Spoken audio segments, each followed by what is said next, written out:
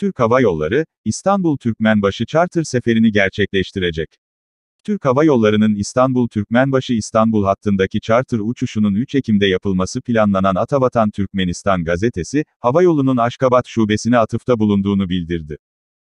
TK 4913 sefer sayılı uçuş, İstanbul Uluslararası Havalimanı'nın resmi internet sitesindeki tarifeye eklendi.